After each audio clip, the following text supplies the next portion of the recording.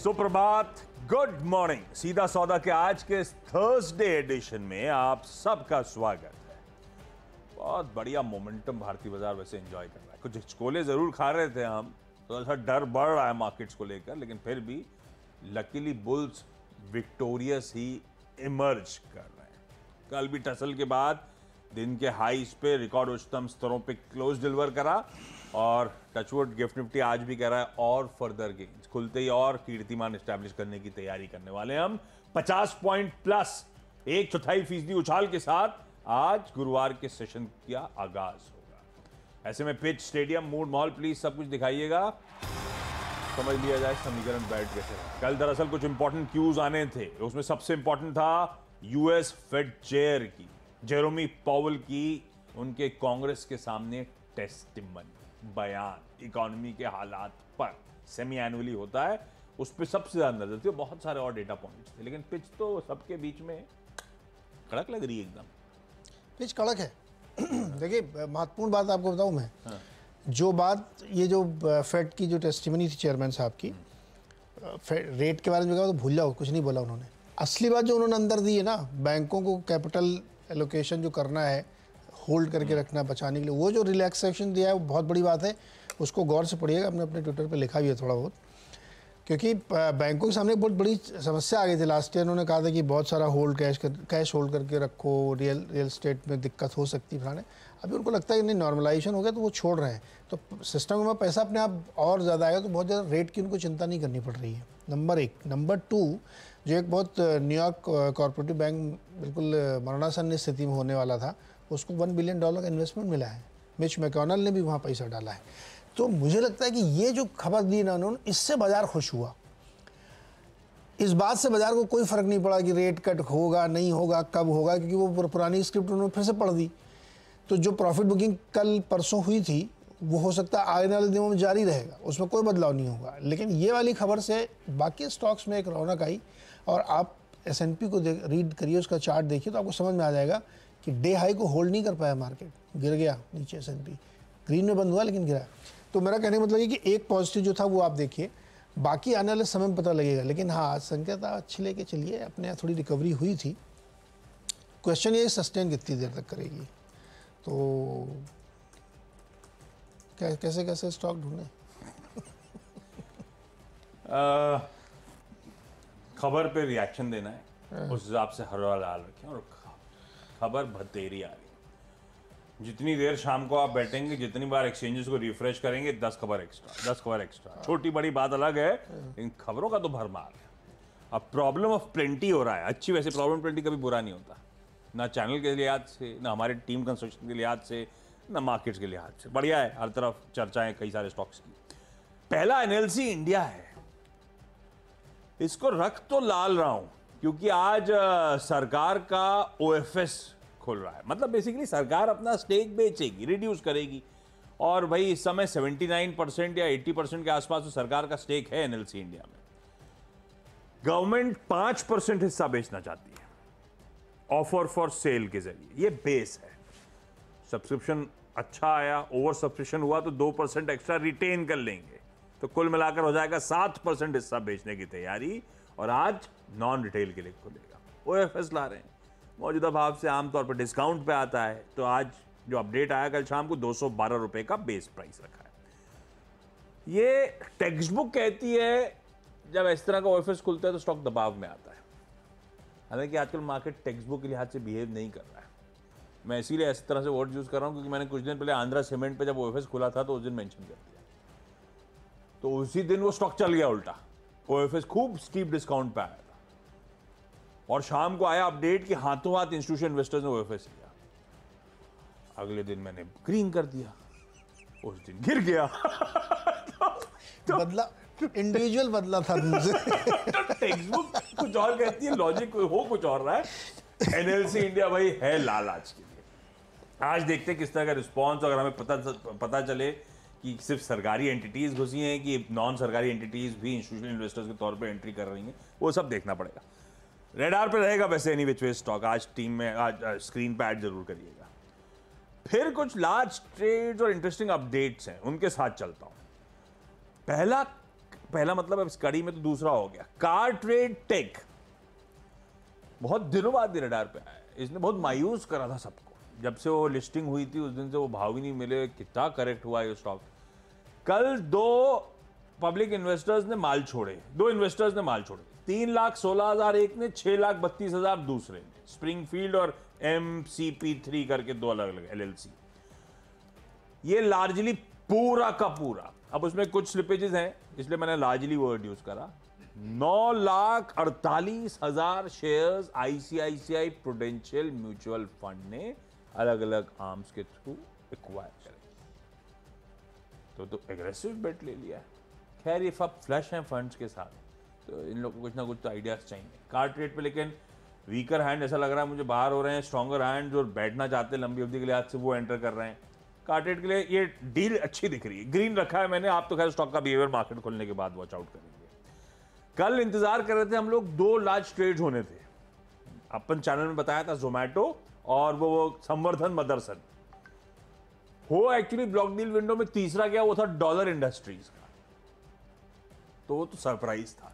शाम को जब अपडेट आया तो इंटरेस्टिंग है, ध्यान रखिएगा डॉलर इंडस्ट्रीज में प्रमोटर ने कल माल छोड़ा है, मैं फिर भी ग्रीन रख रहा हूं। ये प्रमोटर है बजरंग कुमार गुप्ता, 5 लाख शेयर 490 पे बेचे।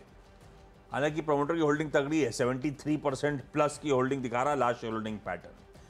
खरीदा किसने? फिडिलिटी के आर्म्स ने, Fidelity's fund Asian smaller cap companies ने 3,63,000, फिडिलिटी एशियन वैल्यूज PLC ने 1,36,000, यानी कि पूरा 5 लाख ये 2 फिडिलिटी इंटरनेशनल आर्म्स ने प्रमोटर्स ने खरीद लिया है।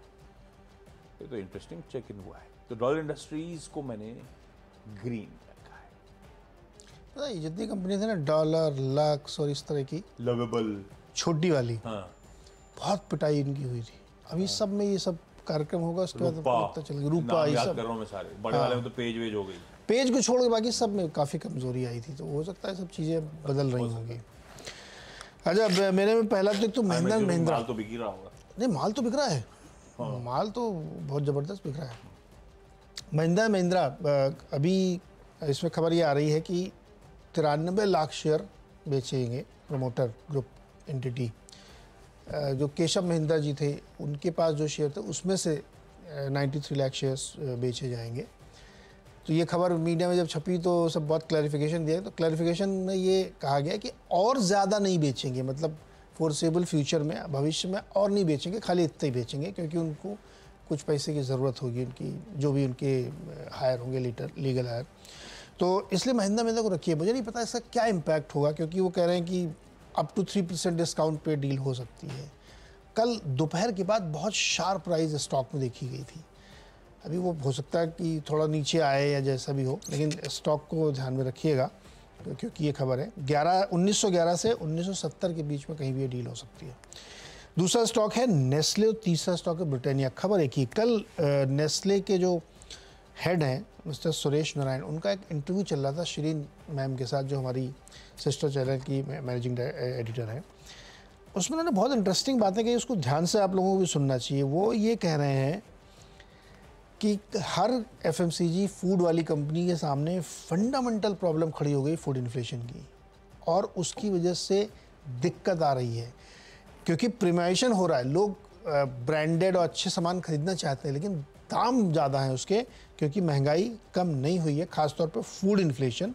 और इसकी वजह से आने वाले समय में पता नहीं कितना हिट होगा, क्या होगा, लेकिन वो उनकी कंसर्न्स जो थे, मुझे लगता था, बाकी वो लॉन्ग टर्म के लिए बहुत पॉजिटिव, इंडिया बहुत बढ़िया मार्केट है, ये सब जो जनरल सुभाषतान होती है तो बोला उन्होंने, लेकिन कंसर्न तो मुझे लगता है कि इसमें ध्यान रखिएगा ब्रिटानिया और नेस्ले में, इसलिए मैं इनको रेड में रख रहा हूँ। 3 हो गए मेरे। ओके, 3-3-6 हो गया मतलब हम लोग के। अगला स्टॉक, ये जैसे अभी डॉलर और कार्टेड वगैरह था, वैसी कड़ी आगे बढ़ा रहा हूँ। एक स्टॉक जो बहुत वोलेटाइल तो वर्ड गलत है, पिट रहा था, वो था RBL बैंक। क्या 2 दिन करेक्शन था। परसों जिस तरह का दबाव आया था, उसके बाद लगा था किसी ने तगड़ा माल छोड़ दिया, पर कल परसों के कोई लार्ज ट्रेड में नाम ही सामने नहीं आया। फिर लगा था कल रिबाउंड कर जाएगा, कल भी ध्यान रखिएगा सबड्यूट से ही चला है, तो है वीक। पर कल के ट्रेडिंग सेशन में ये मैथ्यू सीरियक साहब के पास पता नहीं कहाँ से पैसा आ गया। बहुत रोज खरीद रहे हैं। मैथ्यू सीरियक साहब ने 32,50,000 शेयर्स कल आरबीएल बैंक के खरीद लिए। तगड़ा चंक एक्वायर हुआ है। ये 251 के आसपास खरीदारी हुई है। अगर एक दो दिन से कॉन्फिडेंस लड़खड़ा रहा था तो फिर उनका कॉन्फिडेंस सबका बढ़ जाएगा जब मैथ्यू साहब ने इस तरह का। फ्लोरेंट्री एडवाइजर्स के को-फाउंडर और मेरे ख्याल से ब्लैक रॉक के जॉइंट मैनेजिंग डायरेक्टर या सीईओ भी रहे थे। खैर नामचीन आदमी, अच्छा चेक इन होता हुआ। अब आइए एक और, इसी कड़ी को और आगे बढ़ा रहा हूं। ये डिस्क्लोजर आया, ये था आरपीएसजी वेंचर्स का। इसके एक प्रमोटर एंटिटी रेनबो इन्वेस्टमेंट्स ने कहा कि हमने 11.7 लाख शेयर्स 0.77% स्टेक बेच दिया है। 59% के आसपास प्रमोटर स्टेक था और यहां पे एक 3/4% ज्यादा का चंक बेचा गया। प्रमोटर्स माल छोड़ रहे हैं। आरपीएसजी को इसके बीच बैकड्रॉप पे लाली लेके चलता हूं। मैंने कितने, एक और बचा है, इसी कड़ी को और आगे बढ़ाता हूं। खूब डिस्क्लोजर है। एलजी बालाकृष्णन एंड ब्रदर्स, इन्होंने अपडेट दिया है 13 मार्च को। 13 मार्च हो गया, मतलब अब आने वाला वेडनेसडे। अब मैं लॉन्ग वीकेंड में जा रहा हूं, उसका जब आएंगे तो वेडनेसडे को बोर्ड मीट है। 5 lakh fully convertible warrants promoter और प्रमोटर ग्रुप को जारी करेंगे। डिटेल भी दे दी है। 5 लाख वारंट होंगे 1292 रुपीज पर वारंट। 1292, ये स्टॉक तो 1150 से नीचे चल रहा है। यानी कि प्रमोटर्स को वारंट दिए जा रहे हैं अच्छे खासे प्रीमियम पे। ग्रीन कर दिया, अच्छे नहीं पड़ेगा। उसके अगला है मेघमणि ऑर्गेनिक्स। इन्होंने एक अपडेट दिया है कि इनकी जो कंपनी है उसने एक नैनो यूरिया का प्लांट लगाया था, वो सानंद में था, अब वो ऑपरेशनल हो गया। बहुत प्रतीक्षित इनका प्रोजेक्ट था जिसका इंतजार कर रहे थे लोग, तो इसको ग्रीन में रख सकते हैं। यूपीएल को ध्यान रखिएगा, इन्होंने मॉरिशस में एक शेयर सब्सक्रिप्शन एग्रीमेंट किया है। वहाँ एक मैन्युफैक्चरिंग कॉम्प्लेक्स में है जो सऊदी अरेबिया के थ्रू होगा, तो उसको भी ग्रीन में रख सकते हैं। और ये स्टॉक बहुत पिटा है, तो देखते हैं क्या होता है। छठवां स्टॉक है जीपीटी इंफ्रा। इनको एक करीब 135 करोड़ रुपए का एक ऑर्डर मिला है, ग्रीन में रख के चल सकते हैं। छोटा सा एक ब्रेक के बाद अगले 4 स्टॉक्स।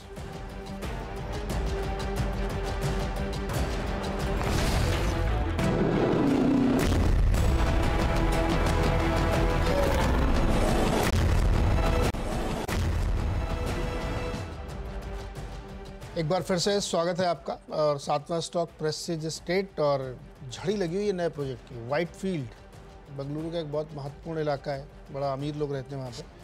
तो वहाँ पे इन्होंने एक नया प्रोजेक्ट लॉन्च किया है। 800 करोड़ रुपए करीब उससे पोटेंशियल रेवेन्यू आ सकता है। 6.5 एकड़ का प्रोजेक्ट है ये।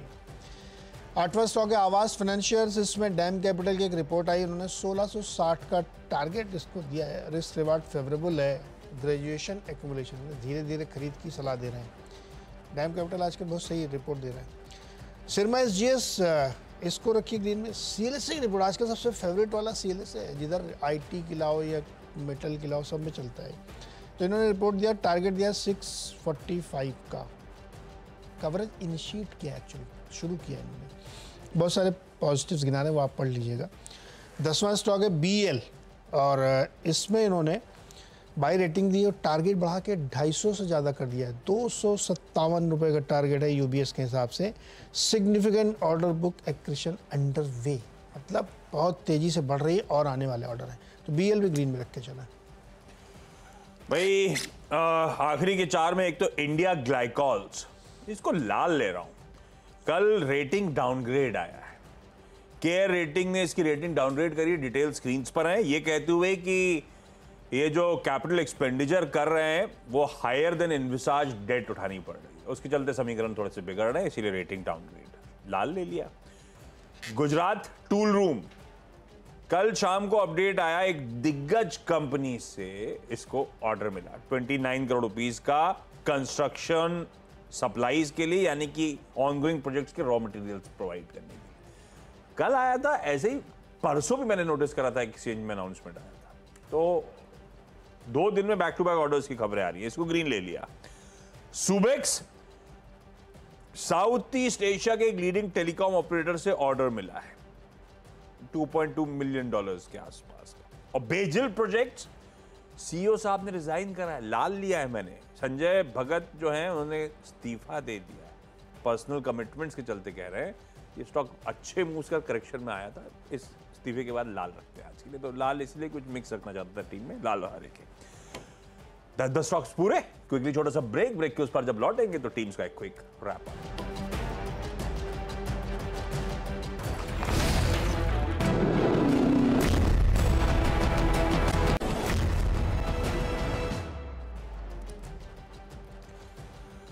ब्रेक के बाद आप सबका स्वागत है। अब मेरी 10 की सीधा सौदा की टीम आप लोगों की स्क्रीन पे। एनएलसी इंडिया गवर्नमेंट का ओएफएस आज से खुल रहा है, इसीलिए लाल रखा। कार ट्रेड में आईसीआईसीआई म्यूचुअल फंड ने तगड़ा चंक एक्वायर करा। डॉलर इंडस्ट्रीज में फिडेलिटी के आर्म्स ने माल खरीदा। आरबीएल बैंक में मैथ्यू सीरियक साहब ने माल खरीदा। आरपीएसजी वेंचर्स में प्रमोटर्स ने माल छोड़ा।